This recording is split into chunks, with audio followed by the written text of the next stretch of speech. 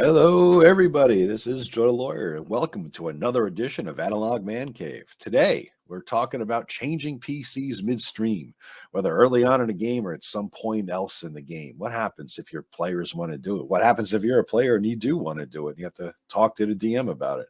I just had it happen. I did it myself recently, and then I have another player who just asked me to do it tonight.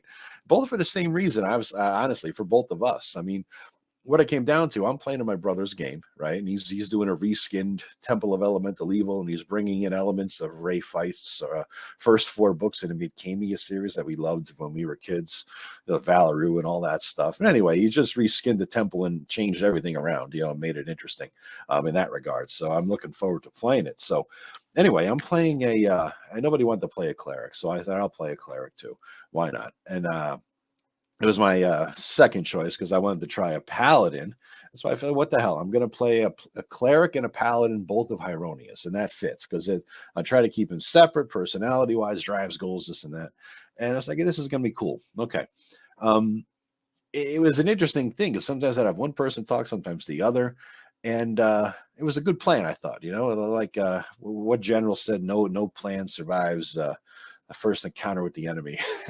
In this case, I had two enemies. I had one enemy was the dungeon and the style dungeon crawl, right? Back in the day, we never did the temple right. We did it just a home invasion. We went in to kill everyone and took their stuff. It was bad, and we were just those kind of murder hobo types, right?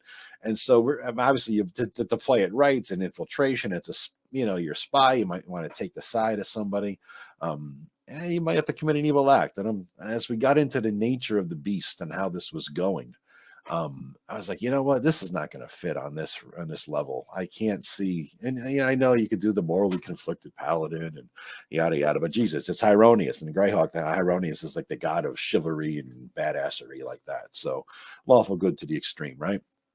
So I didn't want to do some sort of Lifetime movie of the week crap where he had a moral conflict and I had to resolve it. No, I wanted to play a pure paladin. It's just I realized it wasn't a game for a paladin. The other thing was one of the players was playing a PC who's uh everything they did pissed me off, quite honestly. Every fucking thing they did pissed me the fuck off. And blowing the game just I thought was just stupid. Just don't open your damn mouth. Jesus Christ, shut up. And so I was like, it wasn't even just me wanting to kill his character. My characters would want to kill his characters. It was just not going to work. Eventually, it's just going to come down to like my paladin stabs them, slices the character's throat in his sleep, and he loses his paladinhood. But I don't care. I'm retiring it anyway. It was going to be one of those shit shows, right? So I'm like, you know what? For all the reasons listed above, I'm going to just change up. I talked to my brother and I said, let me just do a character who's more along the lines of something we need for this anyway. And I took an elven neutral thief, right? So that figured he's morally ambiguous and gray. He could do what he needs to do. He has infravision or dark vision. It's a 5e game, and he could get in there and do his thing. And so I figured, what the hell, this is, and it worked. It resolved my conflict, my angst, my annoyance, in a sense, with the other character because now we're all sort of being assholes. But that had it happen to me. That happened to me. Dwayne, he asked me, he just called me tonight. It's Saturday night and April 1st. And I just did the other video. I'm doing another one back to back. And so he called me tonight and he says, you know what? All that stuff you did with the Moonshaes and whatnot. Yeah. And, now Rob plays a character in my game who's from the Moonshaes. Again, very different than what you think of it as what it might be. Dwayne is playing a guy from Waterdeep who had bad incidents with Moonshae's people. And Dwayne was one of the guys who I started early on. I did 2 pre-sessions, and they both went pretty long rather than just the one. Because I didn't have a sense of timing how long these pre-solo sessions would take. And so it ended up taking a long time. Plus, I knew Dwayne liked to get into the nitty-gritty and meat of his character's background and story and this and that. So I wanted to give him something that was good. So I came up with 1 year in his life at a time for 8 years. What happened? And we went through 8-year history with we role played out a lot of the major events, and some of those major events involved Moonshae's people.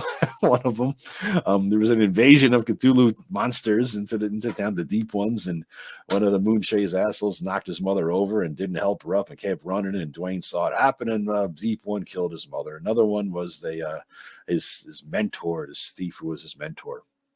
ended up killing him to take over his territory later on once they settled on into Waterdeep. And so he has some bad blood with them. So Rob's character is from the Moonshaes. And I'm like, and this is cool. It's going to make for a little conflict here, a little tension. And I know they both like the role play, so they can role play it out.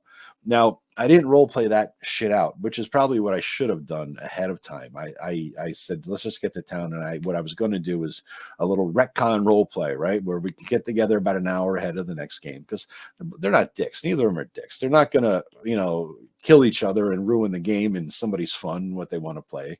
So I knew that. So anyway, we didn't do it. Then Dwayne's got a lot going on. So he's like, can we just maybe have a little text thing? So it was me, Rob, Dwayne, and Pete, who was also in the caravan. They were texting, and they sort of hashed it out to keep it detente, a little standoffish, and we'll just deal with it as it comes up later, which I was fine with. I would rather role played it out, but it is what it is, right? So it was fine. And then the more Dwayne thought about it, the more he's like, you know what? And this is, I guess, maybe a compliment to me in a weird way. I'm taking it like that because, um, I guess he got so into the background and the story of his character, he just couldn't let it go. He just couldn't let go. That's just fucking Moonshae's guys in the group. I'm like, Dwayne, you just like, I figure you just, a little tension, a little fun. He goes, no, I just like, I can't. It's just a lot, it was just a lot for him to sort of, I don't see how my guy would be able to handle it, blah, blah, blah. I'm like, I don't want to kill Rob's character. I'm like, all right, man, that's, you can do what you want. I said, we could retcon some shit, or it didn't happen, less stuff happened. I don't know. Because I just want to make up a new guy. Maybe I'm thinking, maybe he's going to make up a mage now, right? Because we don't have a mage either. He was playing a thief. Honestly, a mage might be more helpful than a thief in some situations here. So anyway, he was going to do that. So he's making up a new guy for this. And I said, Dwayne, I said that shit too with Michael's game with the whole, with the Paladin and Clark. He was, I was thinking about that. The same thing. It's just sometimes you have a group conflict.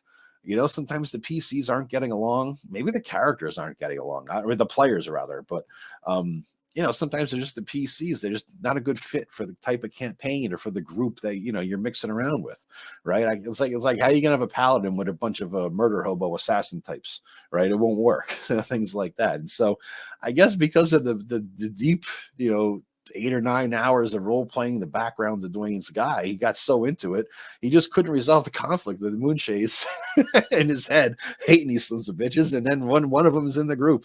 I did my job too well. So, in any case, Dwayne's going to be rolling up a new guy. Well, actually, he did, and he did it up tonight. He's going to text me some questions already. He's gonna play a new guy. So, in our game tomorrow, you're going to hear this probably on Monday, guys, Monday or Wednesday. But this is I'm recording this on Saturday night, the 1st. Our second game session is the 2nd of April. So tomorrow night, Sunday night, he's gonna have some dude shimmies down the rope into the cave, and they're like, "Where the hell are you?" And I guess Dwayne's other guys are gonna be like, "I'm out of here, bitches." I don't like the Moonshae's guy. He's gonna leave, so that's, I don't know, something like that. I said, Dwayne, we're not gonna have time to do any sort of deep background. He goes, that's all right. So you're just an adventurer in town, saw the rope, saw the guys go down, heard some screams, figured you join. Yeah, pretty much. All right, that's cool. So that's what it'll be. So in any case, it worked out well. I mean, if you got a problem, just approach a DM, work it out, see if you can. I was willing to throw out different solutions, ideas, and it just wasn't going to be a thing. My brother did the same thing with me. How about this, about that? You need a cleric. I'm like, we don't need a cleric. We'll just have to take more long rests. It's goddamn 5e, can't die anyway. Jesus Christ.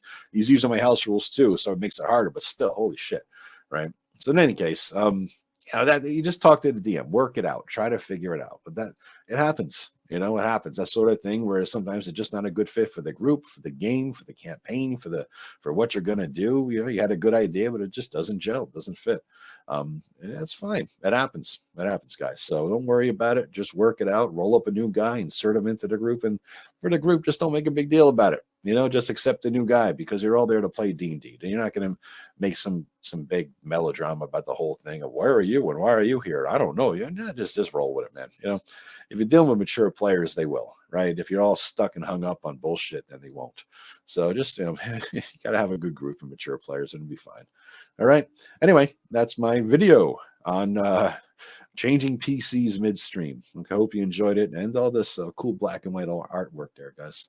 All right, I will talk to you later, and thanks for listening and watching. And if you liked it, click like, subscribe, share it around, and tell your friends. Later. Bye-bye.